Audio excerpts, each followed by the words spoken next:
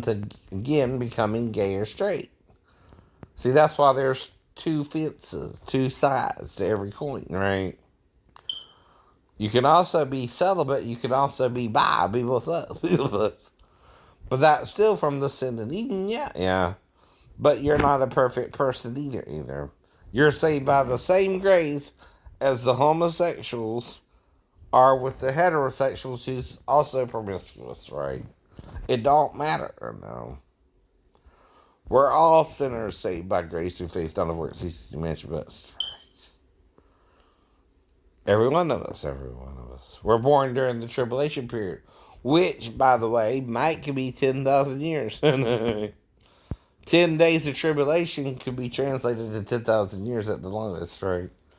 Now, that's why you're being impatient, right? It's only been around close to 6,000 years since the fall, according to Jewish theology, right? But some things will advance quicker, perhaps with the help of the fallen angels or aliens, if you want to call them that, right? Who assume the human form, right? And bred with men, right? Especially their daughters, right? Now, it says in Ezekiel that they fainted and envied him, right? Well, we know trees don't really faint or envy other trees, but a human being can, or an angel can, envy another angel, right?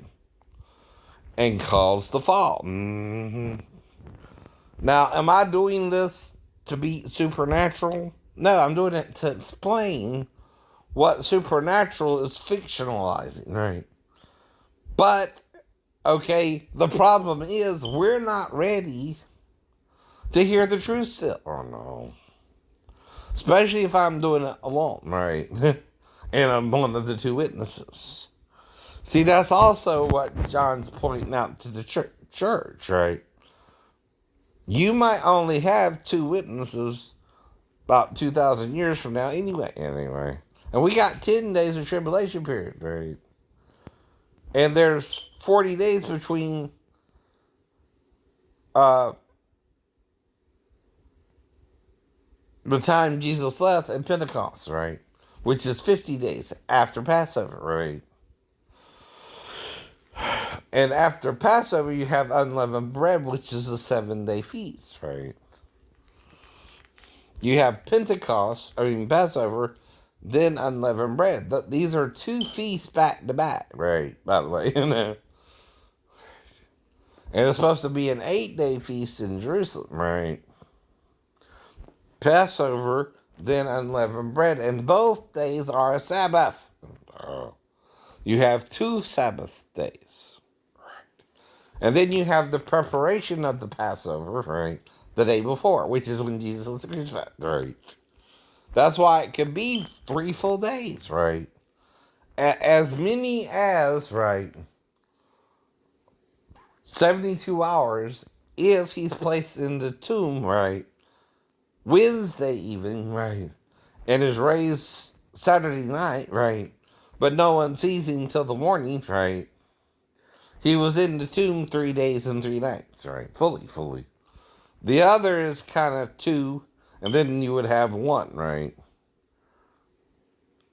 But you're counting it as Friday, Saturday, and Sunday, right? That's still 1 day, right? You know how, right? You're bridging them, right? Into 3 days, technically, but 24 to 36 hours later, right? Is what you're actually there as well. Now, another thing Enoch warns about is you're starting to fictionalize everything, even religion. You've been doing it for 2,000 years.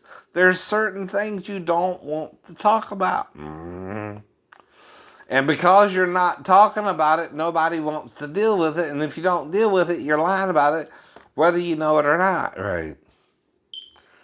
You're sealing the truth, right? And like I told you, Jeremiah asks about a man being able to give birth as a woman, right? or a male.